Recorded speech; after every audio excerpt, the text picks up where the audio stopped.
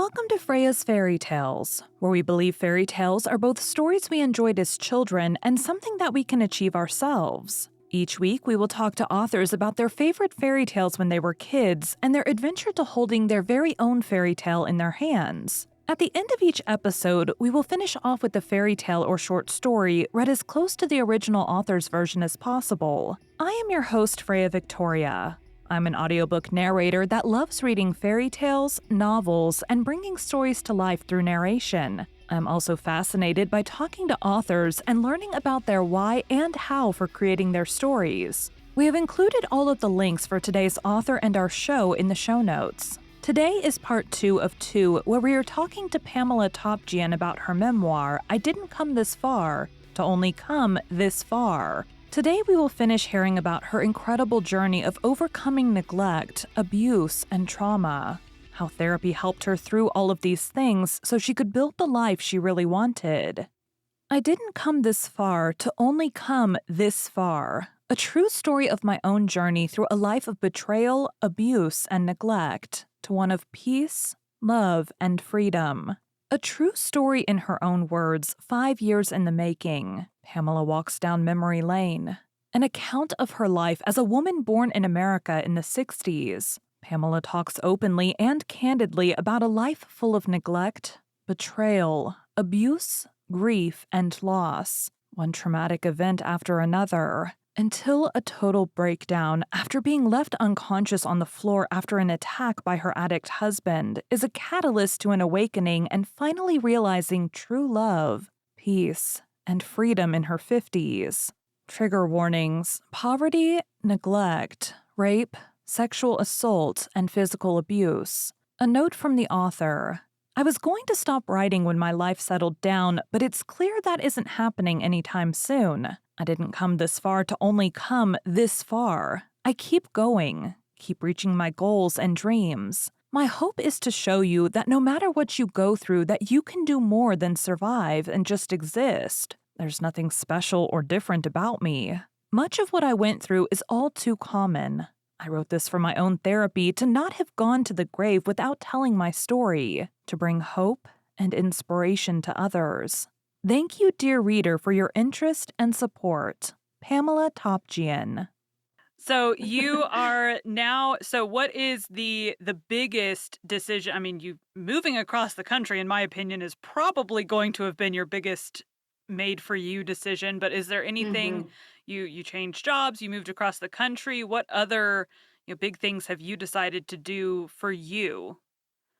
Well, I am married for the third time. And when I had come to California, I didn't even believe in love. I didn't think it was real. Mm-hmm. I didn't think it was a true thing. And I was dating just to have fun. I just wanted Right. to go out and forget about my life. And not when I was like down and out in the worst, in the worst times. But I did start dating and just, movies, hikes, whatever, just to have Mm-hmm. fun and get away. And never thought I'd get married again. I never thought I'd be in a serious relationship again. But I was very, very, even though I wasn't looking for something real or long term, I was very picky. Like anybody that Mm-hmm. drank at all, nope. You know, or Okay. anybody that was too clingy, nope. I just was very, very picky about it. Mm-hmm. But I'm married now, and so I mean that's all worked out for me. It's a completely different relationship, completely respectful, completely equal, Mm-hmm. true love, which I never knew before. Now I know. Mm-hmm. So that was huge. I think writing the book is huge. That's Right. been a huge turning point for me to get not only finish the story, finishing it was really difficult, but getting to a point that you're like, okay, now it's done. Okay, now it's Yeah. done. Okay, Yeah. now it's done. One more chapter, because life goes on, Right. you know. At some point, you But have to say, "This is done." right, right. And somebody had told me like the year before that, once you're 60, that seems like a good time. It's like, so just keep writing until you're 60 and then start the editing and stuff.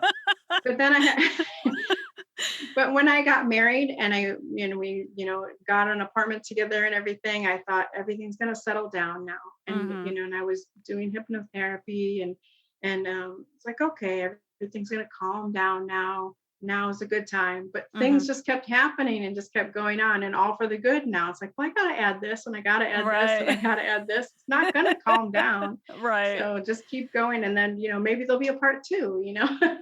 I don't know. But so yeah, so getting married was huge. I started painting, part of Mhm. it as therapy as well, because this is when I was still in the process of, I still had a nursing job, but I was in school for hypnotherapy for the Mhm. second time. And I was sort of like, what can I do that's going to get me out of this nurse mindset, Mhm. out of this really serious, or just always, just sleep, eat, work, sleep, eat, work. And I've always loved art and I've always admired any kind of art. And I've never painted anything or did any kind of art other than like painting a wall. Mhm. And so I just got a kids set and I'm like, I'm just going to try, Mhm. just for the fun of it, just for me, just for creative expression. Right. And it's only been, I started at the end of 2000 or yeah, 2019, I think. And now, some of my paintings, people buy them, and people Wow. like them. So I don't like any of them, but other people do. So, I think that's how I felt about my voice at the beginning. It's like, "Oh, I'll get, oh, like, 5 narration jobs and that'll be it," and, I'm way past I don't know the exact number I've done at this point, but I'm way past 5, so yeah. Yeah, you have a great voice for it. Absolutely. Yeah. you don't think when you're and the same with art or writing or anything that you do, you Yeah. think I'm going to do this for me because I'll Right. have fun doing it no matter if anyone Right. hires me or not. So like one of my podcasts that I do, I host under a different name. Hmm. That was like I'm strictly going to do this for fun because no one can tell Yeah. me, well, I mean, I guess the podcast, places that host your podcast can say we're going to Right. take you down, but for the But your most friends part, and family, your people right. around you, yeah. Well, and people can't tell you what to do or not to do on it. You can kind of do whatever you want to, and people will Yeah. listen or people won't listen. And that Right. particular podcast I'm having, it's a daily one, and I have 20 to 40 people a day Oh my listening to goodness. that. So I'm Nice. like, all right, so that's a thing. Um, Yeah.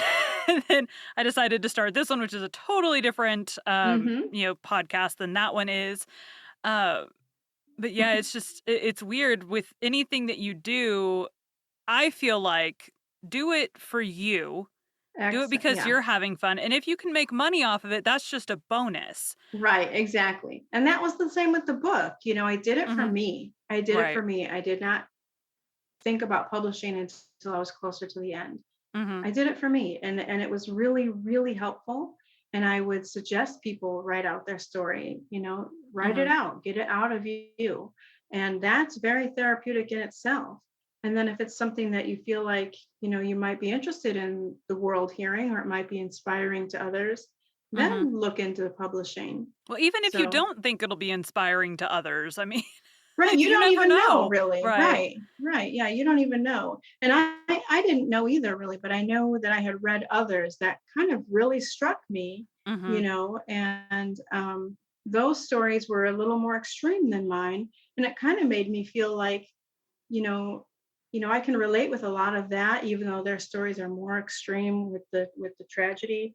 Mhm. Um, but I kind of felt too that it would be inspiring for people to know that even though they're not like, horrific things, that they still get stuck there and you can still make it out. It doesn't have to be like this horrific thing. Like I already said, this really terrific, horrific thing and then on to really great things. It Mhm. doesn't have to be that to be inspiring. Just to know that somebody's been through what you've been through and they made it out, and they Right. went on to really live. So, yeah.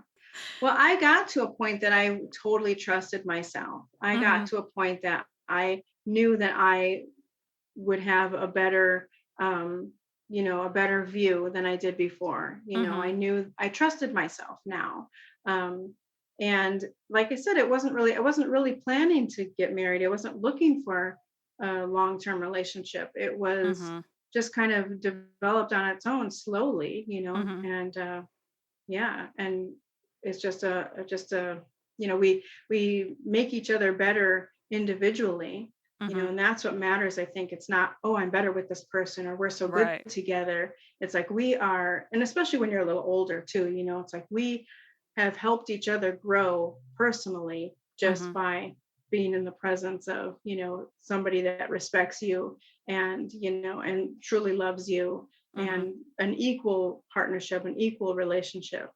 So, and feeling like you're can be fully yourself, and not feel like you're going to be criticized or put down in any way, or, you know, just no eggshells, Right. So yeah. Yeah, me and my husband, we're both slightly I say we're crazy. We just come up with, like, the most random things, and it's like, man, we've been married for 10 years. Mm. Last weekend was our 10-year anniversary, and so, it's kind of like, well, we've put up with each other for 10 years, may as well keep May as well keep going. going. Yeah. So what is some kind of advice you have for either someone who is, scared to put their story into words or someone that's scared to then publish the book? What's some advice that you may have for Well, if you're someone scared new? to put your story into words, write it for yourself. Mhm. Just write it as if nobody's ever going to look at it but yourself. A lot of people have said to me, I would never remember my whole life. And I didn't either. And Mhm. so you write some of it, you just start, and as you go, you will remember. And if you don't, leave space, go on to the next memory, and Mhm. then you can come back to it. You Right. don't have to write, especially the first draft. I mean, the one thing that I was surprised at is how many times you go over and over and Mhm. over it. That Yeah. was a big surprise for me.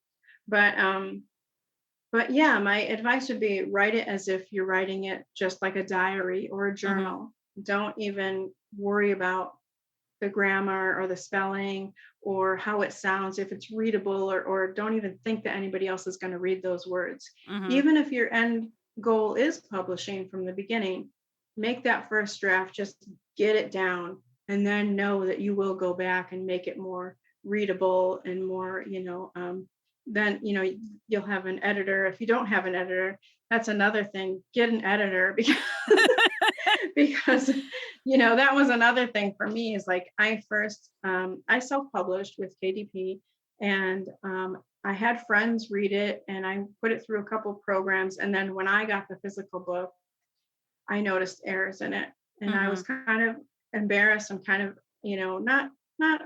not mad, but just kind of like, oh gosh, I did all these steps, I thought it was going to be fine, and it Mhm. wasn't. So I ended up hiring an editor anyway. So Mhm. I feel like that's very important, if nothing else, hire an editor. you know Mhm.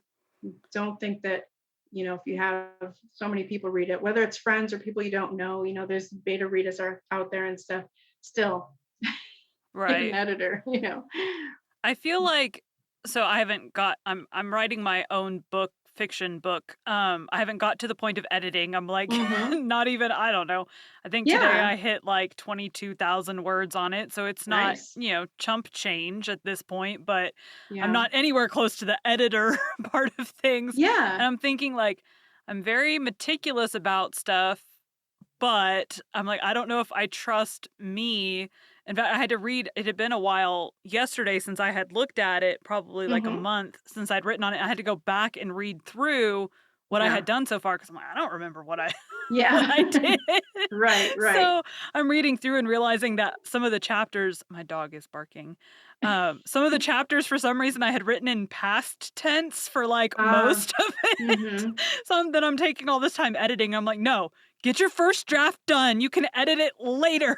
Right. And I think that's so important to just, no matter what you're writing, just Mhm. get that, whatever it's in you, whether it's a story, whether it's, your memoir, whether, no matter what it is, get it out there. Don't look back until you think you're at a stopping point, Mhm. until you think you're, I say you think you're done, because you're not done when you think you're Right. done. Right. But that's another thing of advice. So you think you're done, you're not done. Right. So there's so much in that, ending of it that was a big surprise to me.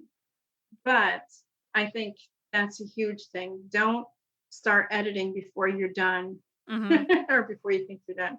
Because yeah, there's you can always go back and you're gonna end up interrupting your, just the Creative storyline. I think process. if you yeah, if Yeah. you go back and keep going back, 3 steps back and 1 step forward, 3 steps back, Yeah. Now I and I had and to I go was doing back. that at first.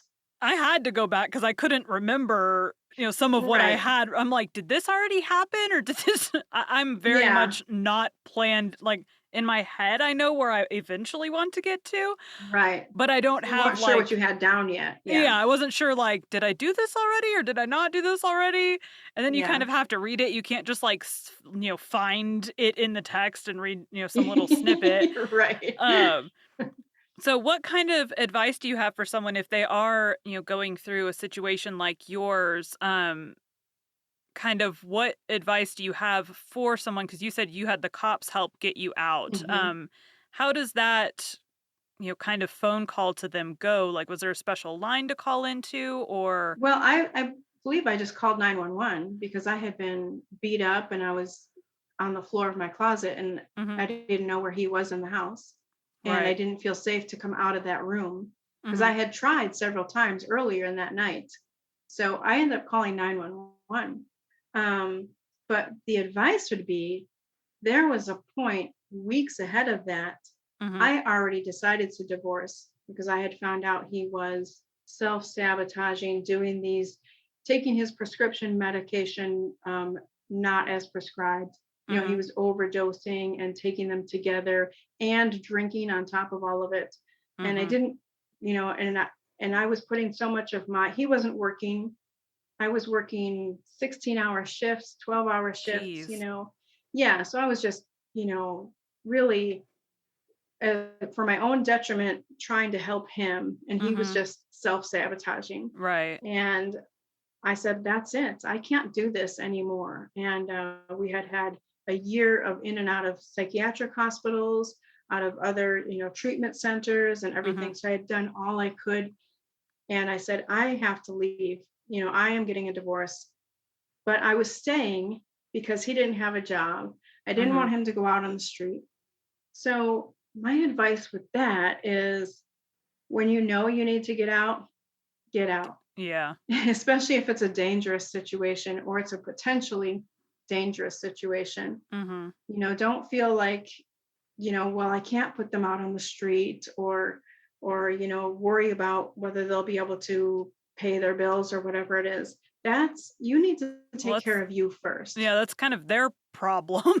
Yeah, So and that sounds harsh, but right. if you're at that point, it's already been harsh on yourself too. Right. And self-care always has to come first. Mhm. That's the biggest takeaway, I think, is self-care has to come first. Mhm. And whenever you leave these people, like when I left, he still was going to be in the position that he was. Right. These people that are like this are not going to, oh, I'm going to get better now so that she can leave me. Right. you know so Yeah.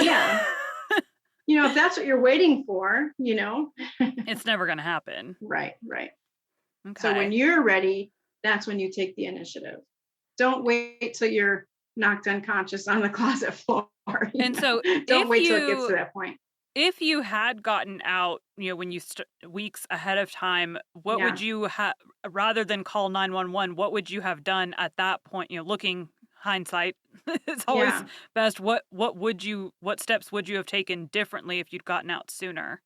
Well, when I left, I had already been looking for apartments and places. So luckily I had that, but I didn't have anything lined up yet because I didn't have a Mhm. date exactly for when I was Right. leaving. So I would say, if it's a dangerous situation or even potentially dangerous, have that all lined up and don't, I would say not to let them know, which again sounds a little harsh, but I think you have Mhm. to think of your own safety, not Right. to let them know until you're ready. And there's so many things, like we didn't own a house, we were renting. So Mhm. when I filed for divorce, which was before that night, um, I went to my landlord and told them I was going to be moving.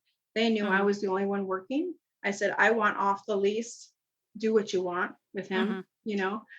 Um, and so I think to think of, maybe make a list of all the things you need to do for you to be okay to live on your own, and also, I didn't think about this before, but it would be good to say, I've just been through this terrible thing. Even if your whole life was great up until then, maybe I should get some counseling just to see Mhm. if I'm okay or if there's any healing that needs to be done before I get to a point of, a total breakdown or anything. Right. Um, just even if you're coming off of an abusive relationship, I'm divorcing, and I just want to see if there's any healing that needs to be done before I move on with my life. Right. So I would say do that. Get yourself some therapy, some counseling set up. Make sure you have a place to go because I went and slept at a friend's house for a couple of nights until I could get something sooner that I had already looked at. So luckily Mhm. I did have that started in the process. And yeah, just think of yourself. And usually those of us that are in those relationships, we're so used to thinking of them. What's Right. best for them? What can I do to help them? It's a total switch, and it doesn't come easy, but it's a total switch to think, what do I need? What's in my best interest? Mhm. So yeah. So, what advice do you have for picking the person that you decide, whether it be a therapist or a, psychologist or, whatever the case may be? What advice would you have if you are in a situation where you think you need counseling or Hmm. whatever? Um, how would you just, for someone looking to possibly talk to someone, how would you, tell them what type of person they need to see starting out? And how to pick, because I know everybody's different, obviously, Right, as right. are different therapists. So, what kind of questions and stuff would you, as a new person going to therapy, ask? Well, I don't know what kind of questions to ask, but I would say, first of all, if you're not feeling comfortable with the person within the first few sessions, find another one. Because Hmm. if you're not comfortable within the first few sessions, if you don't feel comfortable telling this person everything or feel fully open, um, you're probably not going to. Right. It's their job to make you feel comfortable. It's their job to do that in the beginning. Also, don't expect magic. Don't expect them to tell you what to do and have all the answers either, Right. and know that it's going to take time. But it takes patience and it takes diligence to find the right kind of therapy or treatment for you. Hmm. So know that you might go through a couple different therapists or a couple different types of therapy, and also that some of these things work well together. Hmm. If you go to, if you want to do something very more alternative and maybe get some Reiki treatments, it's like energy healing, and then also see a psychologist or a psychiatrist. That's totally fine to put those two together if you like Hmm. both, but one isn't really enough. Hmm. Um, so yeah, I think, making that connection early on, if you don't, it's okay. You don't have to feel guilty. They're used to it. Right. Don't feel like, oh, I have to like break up with my counselor that I've been to 3 times. Well, I mean, at Don't the worry end of the about day, that. too, just some people just don't mesh. So Right, I mean, right. you have some people that you don't want to be your friends because you just don't mesh with them. Right. Right. And your therapist is not your friend either. So look at them as they're doing a service for you. You're hiring them to Hmm. do a service for you. So if it doesn't work out right, whatever the reason, and I do hypnotherapy. If the exact same method that I do or the exact same techniques that I do that I learned, someone else may do the exact same thing, but I might have a connection with somebody that other one doesn't, or vice Hmm. versa. And as a therapist of any type or any type of treatment or counselor, you want to have that connection to Hmm. where you're really going to feel like you can dig deep and help this person and not Right. have them guarded, not have them feel uncomfortable with you. And Right. if you're seeking to look for another counselor, another type of therapy, and the person you're seeing gets mad at you or tries to make you feel guilty in any way, that's just your sign that you need to leave that person. Right, that's kind of a red flag at that point. Yeah, yeah, yeah, because they should want you to be better, whatever that takes. Mhm. Right. Alright, well, I think I mean, we covered it's a little bit different because usually I go into like, how did you come up with this story? Which for you, that's not Yeah, it was not my really a life. Yeah. question. Yeah. So, how did you come up with your life is a really stupid question to ask. Yeah. So at this time you are I'm guessing, trying to get new patients and stuff with the hypnotherapy. Do you have any plans right now for another book or have you started on part 2? I haven't started on part 2, but I had so many people say, "Oh, I've always thought about writing a memoir. I always wanted to write my book," and ask me questions about writing it and getting to the Mhm. point of publishing it. So I did start a book about. I don't have a title yet, but just about the whole process. So I'm Okay. writing a book about the process of writing my memoir. Okay. And so I've started that. And I did also start another one. I'm trying my hand at like just a story, like a more fiction one. So So going back to when you were a kid. yeah, kind of. So I mean, it's just like a story line in my head. So we'll see. I don't know. But again, both of those I'm writing not. I just started writing just in a document, and I'm like, I'm not writing it as if anybody's going to look at it tomorrow. Well, you said it took you 5 years to write this one, so It I mean. did, yeah. So I'm kind of giving myself the year, I'm giving Mhm. myself a year timeline to decide where I want to go with those and how much I've worked on those. I'm not making Okay. it any kind of a goal. I'm not working on them every day. It's just kind of like in the background. Okay, Okay. so I'm doing this and we'll see where it goes. In a year's time, I'll see where I'm at with it. All right. Well, that So, sounds like yeah. a good plan. All right. Well, thank you so much for talking to me today. This Thank one. you. All Thank you right. Well, so, so much. thank you so This much has for your been fun. time. You have a good rest Yeah. of your Sunday. You too. Bye bye. Bye. Pamela's favorite fairy tales are ones that include triumph over difficult situations. The story of Cinderella is one of the most popular in the world.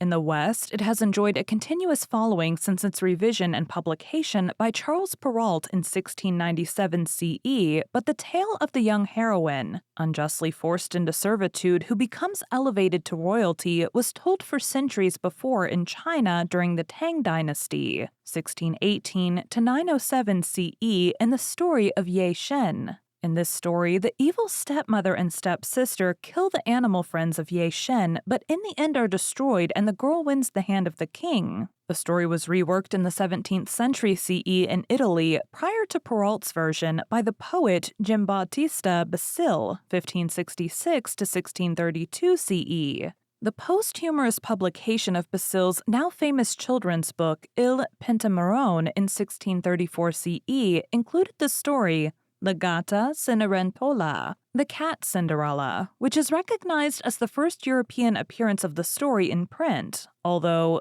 like Basile's other tales, it was already known in Italy. The story was afterwards reworked and published in other forms in Germany, Russia, and other countries. Scholar Patricia Monaghan, writing on the Cinderella tale, notes, Cinderella's 1,000-year global circulation makes it the world's best-known fairy tale, but no one can really say where it began or when Cinderella's magic slippers brought her to Europe.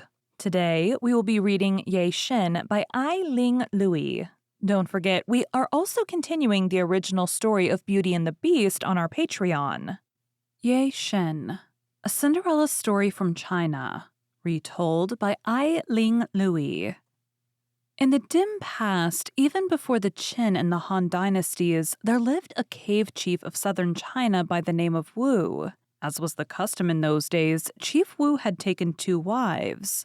Each wife in their turn had presented Wu with a baby daughter. But one of the wives sickened and died, and not too many days after that, Chief Wu took to his bed and died too. Ye Shen, the little orphan, grew to girlhood in her stepmother's home. She was a bright child and lovely too, with skin as smooth as ivory and dark pools for eyes. Her stepmother was jealous of all this beauty and goodness, for her own daughter was not pretty at all. So in her displeasure, she gave poor Ye Shen the heaviest and most unpleasant chores. The only friend that Ye Shen had to her name was a fish she caught and raised.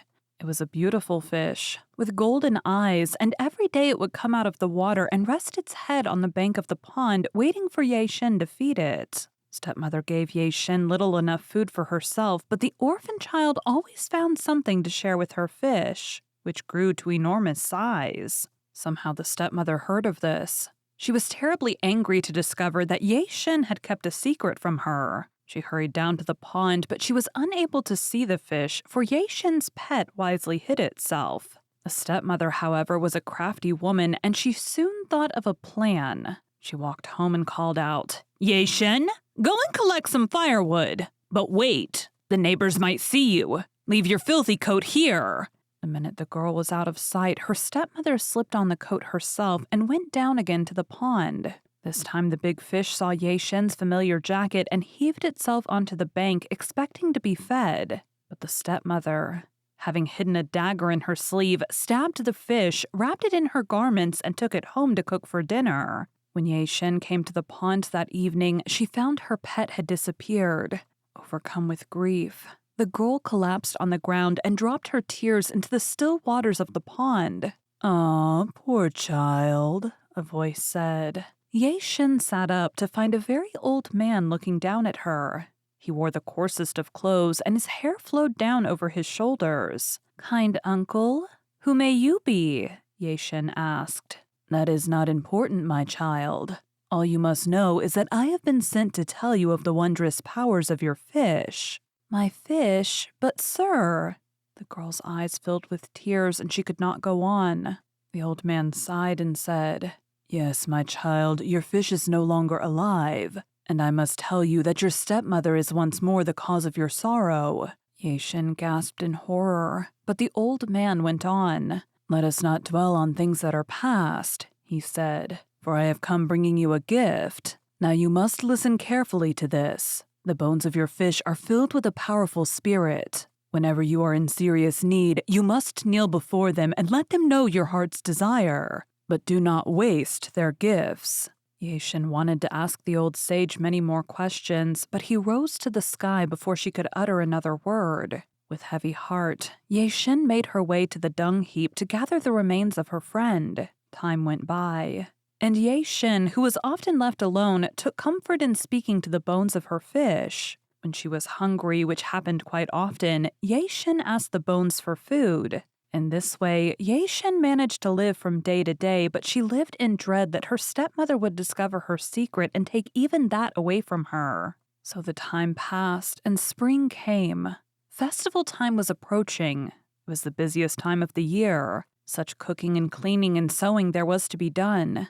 Ye Shen had hardly a moment's rest. At the spring festival, young men and young women from the village hoped to meet and to choose whom they would marry. How Ye Shen longed to go. But her stepmother had other plans. She hoped to find a husband for her own daughter and did not want any man to see the beauteous Ye Shen first. When finally the holiday arrived, the stepmother and her daughter dressed themselves in their finery and filled their baskets with sweetmeats. "You must remain at home now and watch to see that no one steals fruits from our trees," her stepmother told Ye Shen, and then departed for the banquet with her own daughter. As soon as she was alone, Ye Shen went to speak to the bones of her fish.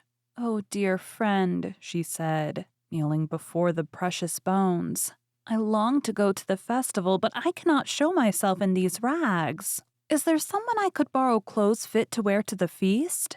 At once she found herself dressed in a gown of azure blue with a cloak of kingfisher feathers draped around her shoulders. Best of all, on her tiny feet were the most beautiful slippers she had ever seen. They were woven of golden threads, in a pattern like the scales of a fish, and the glistening soles were made of solid gold. There was magic in the shoes, for they should have been quite heavy, yet when Ye Shen walked, her feet felt as light as air. "Be sure you do not lose your golden shoes," said the spirit of the bones. Ye Shen promised to be careful. Delighted with her transformation, she bid a fond farewell to the bones of her fish as she slipped off to join the merrymaking.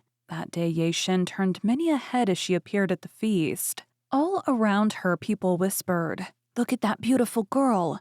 Who can she be?" But above this, stepsister was heard to say, "Mother, does she not resemble our Ye Shen?" Upon hearing this, Ye Shen jumped up and ran off before her stepsister could look closely at her. She raced down the mountainside, and in doing so, she lost one of her golden slippers. No sooner had the shoe fallen from her foot than all her fine clothes turned back to rags. Only one thing remained, a tiny golden shoe. Ye-Shin hurried to the bones of her fish and returned to the slipper, promising to find its mate. But now the bones were silent. Sadly, Ye-Shin realized that she had lost her only friend. She hid the little shoe in her bed straw and went outside to cry. Leaning against a fruit tree, she sobbed and sobbed until she fell asleep.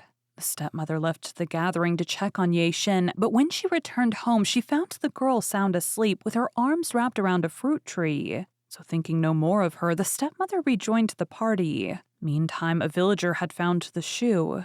Recognizing its worth, he sold it to a merchant who presented it in turn to the king of the island kingdom of Tohan.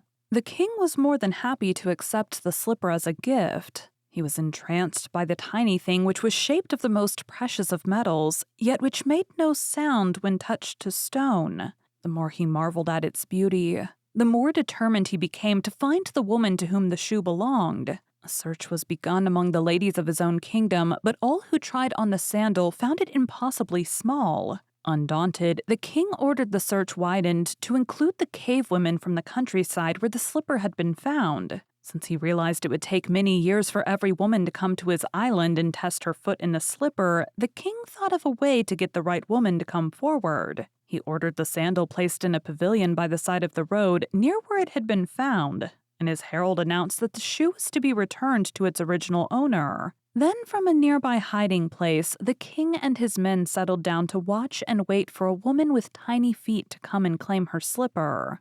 All that day, the pavilion was crowded with cave women who had come to test a foot in the shoe. Ye-Shin's stepmother and stepsister were among them, but not Ye-Shin. They had told her to stay home. By day's end, although many women had eagerly tried to put on the slipper, it still had not been worn. Wearily, the king continued his vigil into the night. It wasn't until the blackest part of night, while the moon hid behind a cloud, that Ye-Shin dared to show her face at the pavilion. And even then she tiptoed timidly across the wide floor. Sinking down to her knees, the girl in rags examined the tiny shoe. Only when she was sure that this was the missing mate to her old golden slipper did she dare pick it up. At last she could return both little shoes to the fish bones. Surely then her beloved spirit would speak to her again. Now the king's first thought on seeing Ye-Shin take the precious slipper was to throw the girl into prison as a thief. But when she turned to leave, he caught a glimpse of her face. At once the king was struck by the sweet harmony of her features, which seemed so out of keeping with the rags she wore. It was then that he took a closer look and noticed that she walked upon the tiniest feet he had ever seen. With a wave of his hand, the king signaled that this tattered creature was to be allowed to depart with the golden slipper. Quietly, the king's men slipped off and followed her home. All this time, Ye-Shin was unaware of the excitement she had caused. She had made her way home and was about to hide both sandals in her bedding when there was a pounding at the door. Ye-Shin went to see who it was and found a king at her doorstep.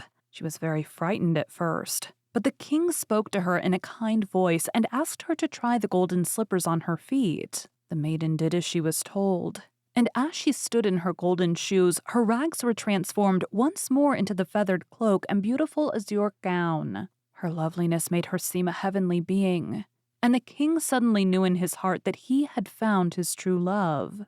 Not long after this, Ye-Shin was married to the king. But fate was not so gentle with her stepmother and stepsister. Since they had been unkind to his beloved, the king would not permit Ye-Shin to bring them to his palace. They remained in their cave home, where one day it is said they were crushed to death in a shower of flying stones. Thank you for joining Freya's Fairy Tales. Be sure to come back next week to hear Carly's journey to holding her own fairy tale in her hands and to hear one of her favorite fairy tales.